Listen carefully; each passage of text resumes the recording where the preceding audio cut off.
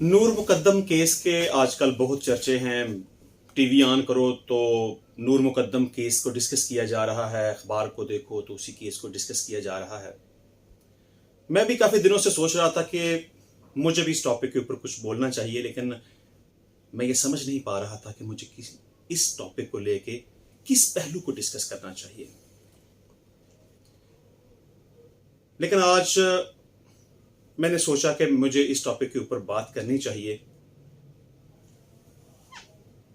क्योंकि जो टॉपिक मेरे जहन के अंदर है, जो बात मैं डिस्कस करना चाहता हूं, शायद मेरी इस बात से कुछ लोग इख्तलाफ करें, लेकिन मैं अपनी बात को मुकम्मल करके क्वेश्चन आप लोगों के ऊपर छोड़ दूंगा कि आपने उसका जवाब देना है कि क्या मेरी ये बात सही है या गलत है। तो अपनी बात को शुरू करने से पहले सबसे पहले एक स्टोरी यहां मैं डिस्कस करूंगा। ये आज से काफी साल पहले की बात है, जब मैं छोटा था, लेकिन मेरे वालिद साहब अखबार पढ़ा करते थे, वो टीवी के साथ टच रहा करते थे। ये एक केस ला जो मैंने खुद तो नहीं पढ़ा, लेकिन मेरे वालिद साहब ने मुझे उस केस के बारे में बताया।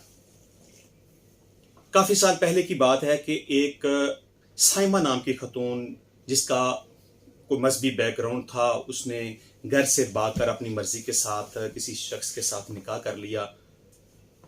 मामला बड़ा हाईलाइट हुआ, मीडिया ने इसको बड़ी हाइप दी, ये मामला बड़ा डिस्कस किया गया और अल्टीमेटली ये मामला अदालतों से में चलता चलता चलता चलता सुप्रीम कोर्ट तक पहुंच गया। सुप्रीम कोर्ट ने जब इस फैसले को, इस केस को डिसाइड किया, इसके ऊपर डिसीजन दिया, तो सुप्रीम कोर्ट के जज साहब ने अपने फैसले के अंदर ये बात लिखी कि वालिदैन को ये चाहिए कि वो अपनी औलाद के ऊपर कड़ी नजर रखें। अगर औलाद खाने को, सोने का नवाला मांगे और वालिदैन वो अफोर्ड कर सकते हों, तो वालिदैन को चाहिए कि वो अपनी औलाद को सोने का नवाला दें, लेकिन वालिदैन का ये फर्ज बनता है कि वो अपनी औलाद के ऊपर शेर की नजर रखें। अगर औलाद की अच्छे तरीके से तरबियत करनी है, उनको राह रास्ते लेके आना है, उनको एक सही डायरेक्शन की तरफ उनकी रहनुमाई करनी है, तो ये तरबियत का हिस्सा है कि उनकी तरफ कड़ी नजर रखना जरूरी है, शेर की नजर रखना जरूरी है, उनकी प्रॉपर तरीके से रहनुमाई करना जरूरी है, उनको अच्छे और बुरे रास्ते का समझाना बड़ा जरूरी है। नूर मुकद्दम केस को डिस्कस करें तो क्या इसमें अकेला जाहिर जाफर गुनाहगार है कि उसने नूर मुकद्दम को कत्ल कर दिया?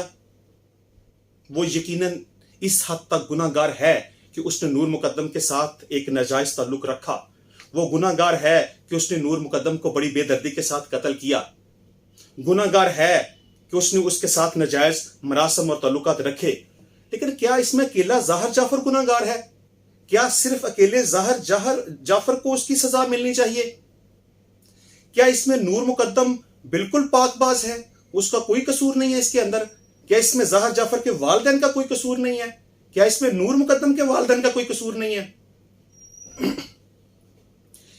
जाहिर जाफर के साथ जब नूर मुकद्दम का दोस्त आना था, तो दोनों के वालिदैन को पता था इसके बारे में।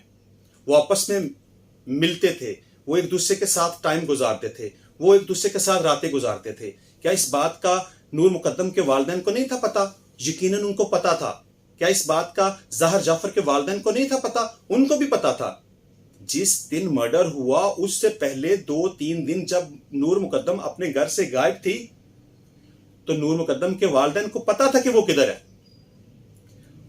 और जहां वो रह रही थी जाहिर जाफर के पास, उसके वालिदैन को भी पता था कि नूर मुकद्दम उसके पास रह रही है।